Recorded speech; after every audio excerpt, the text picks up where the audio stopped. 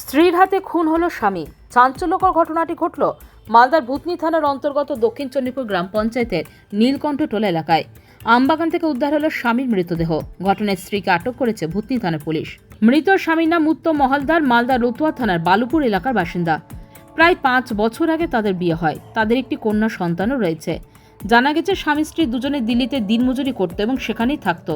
তাদের মধ্যে গন্ডগোল লেগেই থাকতো। এই অবস্থায় গত দিন কয়েক আগে স্ত্রী পালিয়ে দক্ষিণ চণ্ডীপুরের নীলকণ্ঠটোলা এলাকার বাসিন্দা দিদি জামাইবাবু অশোক মণ্ডলের বাড়িতে চলে আসেন।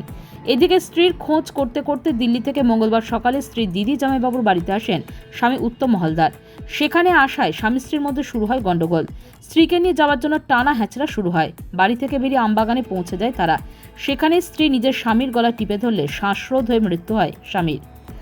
দেখলাম একটা মহিলা ওর স্বামীকে নাকি মেরে ফেলে দিয়েছে। দেখলাম, যা শুনলাম।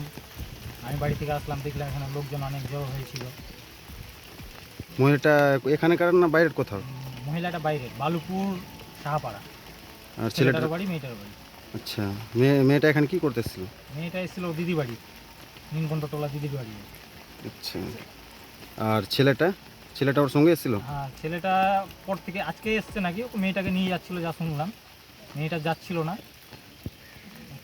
মেয়েটাকে নাকি উঠিয়ে নিয়ে যাচ্ছিল কোলে করে ছেলেটা। পুলিশ এসেছিল? হ্যাঁ, পুলিশ এসেছিল, ইনভেস্টিগেশন চলছে, কী হয় জানা যাবে। ওকে। যে জায়গাতে মানে মৃত্যুটা হয়েছে, মার্ডার হয়েছে, সেই জায়গার গ্রামটার নাম কি? এটা আমাদের নয়নটোলা মাঠ বলা যায়। Bureau news Bangla Times.